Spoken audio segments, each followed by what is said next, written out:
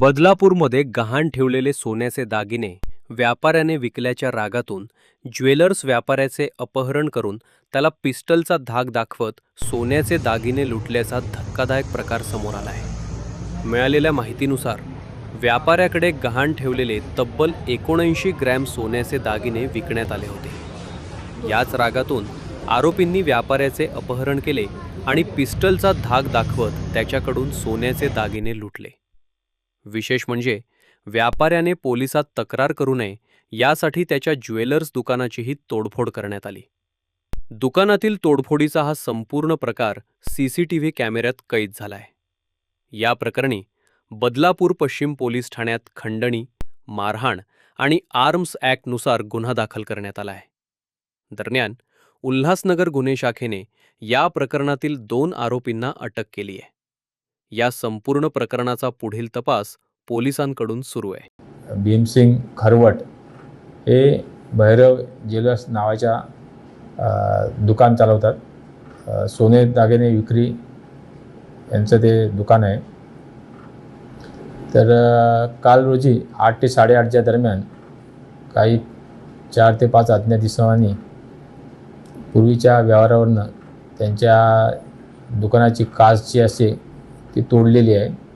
त्या संदर्भात त्यांच्याकडे अधिक चौकशी केली असता त्यांनी सांगितले यातील जे आरोपित आहेत अक्षय भोपी व युवराज भोपी, त्यामध्ये अक्षय भोपी यांनी काही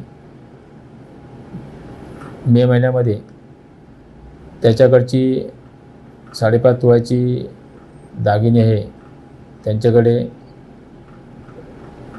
गिरवी ठेवले होते आणि त्यामध्ये त्याने परत 15 ऑगस्ट रोजी 30,000 त्यांच्याकडे एक्स्ट्रा मागितले, परंतु त्यांच्याकडे नसल्यामुळे त्यांनी ते देण्यास नकार दिला।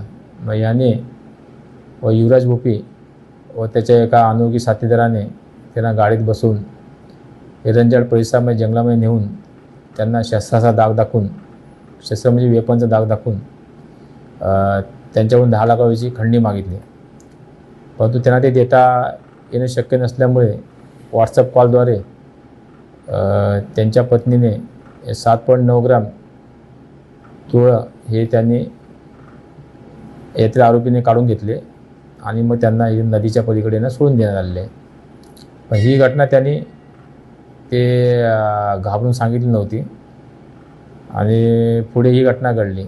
मग त्यांच्या या फिर्याद घेऊन आम्ही हे 2 अक्षय भोपी, युवराज भोपी व त्याचे अन्य साथीदार कालच्या घटनेसह सर्व विरुद्ध आम्ही पोलीस स्टेशन येथे गुन्हा दाखल केलेला आहे आणि त्याच्यामध्ये क्राईम युनिट 4 पोलीस निरीक्षक श्री गज्जल यांनी हे दोन्ही आरोपी इसम हे आमच्याकडे आज हजर केलेले आहेत आणि त्यांची अटकेची कारवाई सुरू आहे। याच्यामध्ये युवराज भोपी याच्यावर 324चा गुन्हा आमच्याकडे एक दाखल आहे यापूर्वीचा आणि अक्षय भोपीच्या याच्यावर आता CCTVमध्ये आम्ही ICGS मध्ये चेक करून आम्ही बघत आहोत।